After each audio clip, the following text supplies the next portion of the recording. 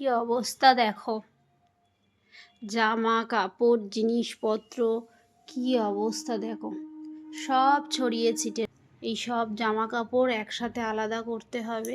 কি অবস্থা তোমাদের দেখাচ্ছি আমাদের ঘরের। এই দেখো, আসলে আমরা হচ্ছে কি যে আমাদের ঘরটা একটুখানি আলাদা রকম করব, মানে সেরকম কিছু না, ওই ঘরটাকে একটু রং টং করে ঠিক করব। অনেক দিন হয়েছে রং টংগুলো হয়েছে, দরজা ফরজাগুলো খারাপ হয়ে গেছে।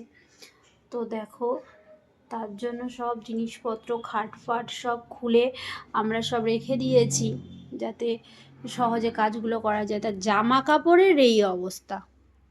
হ্যাঁ, আর কিছু কিছু জামা কাপড় আছে যেগুলো আলাদাভাবে রেখে দিয়েছি তুলে, হ্যাঁ, কোনো রকমে আলমারিতে। আর এই যে এতগুলো জামা কাপড় কিভাবে যে পরিষ্কার করব কি করব কিছুই বুঝতে পারছি না। আমার বরের আর আমার সোনা মায়ের সব জামা কাপড় দেখো, আমার তো দেখেই ভয় লাগছে। দেখো কি অবস্থা, ল্যাপটপটার ওপরে জিনিসপত্র, হ্যাঁ, এই সব পড়ে রয়েছে।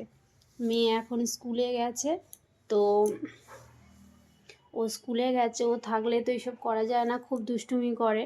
হ্যাঁ, আমার হাতে হাতে করে দেবে, এই করবে সেই করবে, এইসব করে, কিছু তো করে না।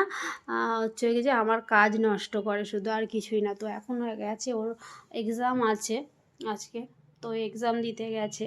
তো আমি ভাবলাম এই ফাঁকে আমি কি করি, জামা কাপড়গুলো এই অবস্থা ঠিকমতো গোছাই। তো সবে বিছনাটা একটু মোটামুটি ঠিকঠাক করেছি। বিছনা মানে এই যে কার্পেট পেতে রেখেছি, তারপর বিছনা করে শুচ্ছি, যেহেতু কাঠটা খুলে রেখেছি। হ্যাঁ, তো তোমাদের সাথে তাই শেয়ার করলাম। আস্তে আস্তে যখন গোছাবো, গোছানোর পর দেখাবো ঘরটার কি অবস্থা, আর এখন কিভাবে এলোমেলো হয়ে রয়েছে সেটা তোমরা দেখো, শুধু কি বাজে লাগছে দেখো।